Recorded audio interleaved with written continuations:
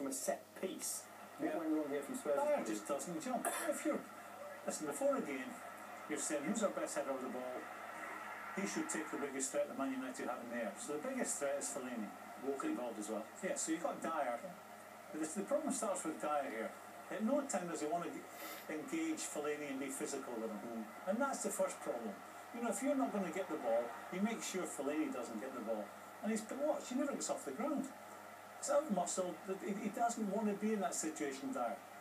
You know, he's not, at no time is he fully aware where he is, but he knows he's in my area, and he's just hoping that he's not going to jump over the top of him and head it back into the danger area. It was almost, Graham, a little bit like they all going man for man. He's meant to be man for man, and he ended up zonal because he's allowed him to have the run on him. Like he didn't want that touch tight, arm across the body, waiting, and that's my man.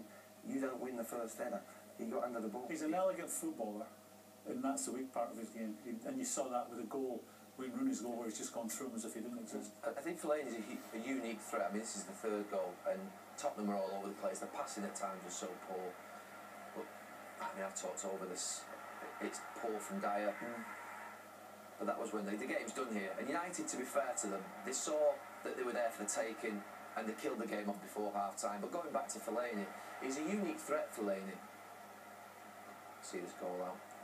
Great finish. Yeah, it's a fantastic finish. It's a unique threat for Fellaini on set pieces, which means sometimes you have to do something different. I remember playing against Les Ferdinand, who again was someone that you had to make plans for. The idea that he stands 6-7 yards off Fellaini, maybe you get someone even small against him, aggressive. Because there was a point in the game where you said he's getting a run here, they're letting him run. Why would you let him have a run? Because you've not got a chance if he has a run on you. Whereas if you block his run and start to fight him a little bit, like Bentaleb did in open play, but in set pieces they never dealt with it. Dyer was 5-6 yards off. Why would you allow Dyer? You've got Vertonghen who's vastly experienced, and you've got Dyer as a young boy who learned the game. Why would Vertonghen not say, you know what, I'm going to take him, leave him to me?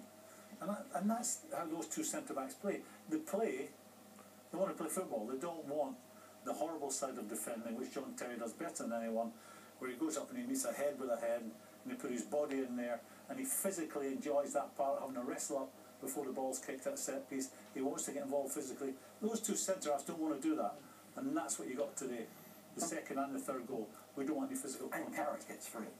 You know, we circled Walker, but we didn't have much time to talk about him, but Walker's, that's his man.